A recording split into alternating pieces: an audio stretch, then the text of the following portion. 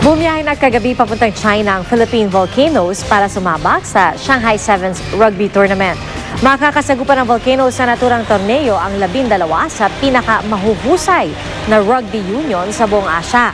Bukas ay nakatakda nilang makalaban ang koponan ng United Arab Emirates at ang defending champion na Korea.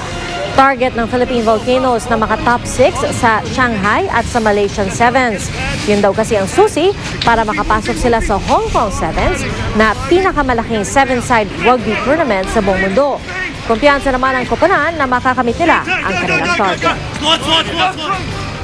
Maraming salamat sa support nyo. Sobrang overwhelming at hindi naasahan. Sana tuloy-tuloy yung support nyo sa amin.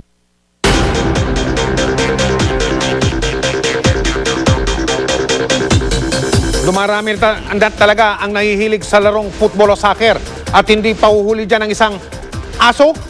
Ito po ang asong si Disney. Alaga yan ni Yus Cooper Dodi Treyes ng Clark sa Pampanga. Napansin daw ng amo na mahilig maglaro ng bola ang alagang si Disney. Kaya naman araw-araw na niyang ininsayo mga aso. Kakaiba naman ang mga alaga nitong Yus Cooper na si Jello Pablo na lungsod naman ng Caloocan. Tingnan niyo po ito mga kapuso.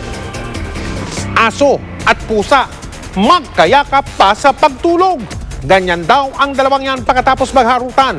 Pwede rin po kayong magpadala ng inyong mga video at litrato ng mahalagang balita. Mag-log on sa www.qscoop.tv. Para naman magpadala ng text o MMS, i-text ang salitang scoop, space, ang inyong mensahe, space, ang inyong pangalan at address, at ipadala ninyo sa 4627. Paalala lang sa ating mga Yus Cooper, yun lamang pong mga video at litratong pagmay-ari ninyo ang mismong ipadala ninyo sa amin.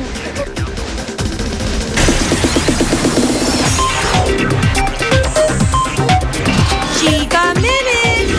Marami nang nauusong paraan ng pagbabawas ng timbang. Isa sa mga pinakabago ay ang Cohen Diet na ginagamit daw ngayon ng ilang celebrity. Effective naman kaya ito? Watch this. Nireveal kamakailan ni Judy Ann Santos ang sikreto ng pagbawas niya ng more or less 30 pounds matapos manganak. Ito ang nauusong Cohen Diet. The right amount of food. May ibang nagsasabi na magkakain ka lang ng fist size kasi iyon lang yung size ng stomach mo. May mga ibang ganon, may ibang naman yung kagaya sa akin, yung sa Cohen. It really worked for me because dahil nga sa blood type. Nakilala ko ang ilan sa mga babaeng nasa likod ng pagdadala ng Cohen Diet dito sa Pilipinas. Sila raw mismo sumubok at bumilib sa nagagawa ng program.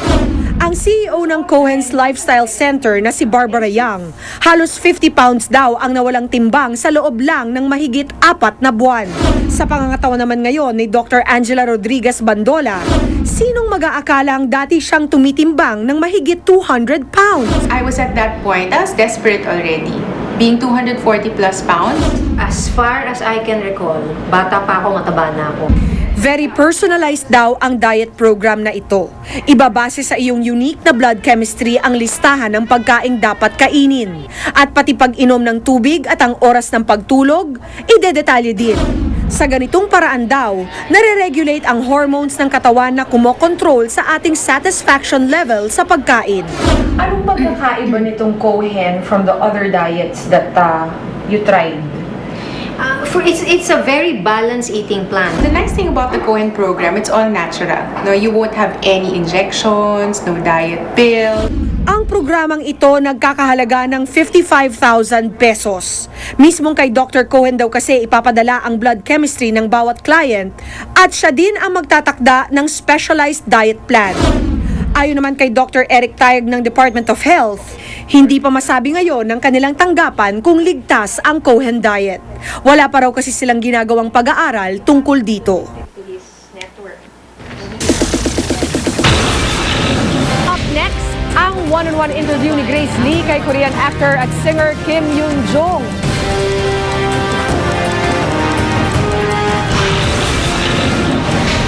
GMA7 pinarangalan bilang Outstanding TV Station. Iba pang programa at personalidad na kapuso, wagi rin sa VACC at Scolarum Awards. Tutok lang dito sa 24 oras.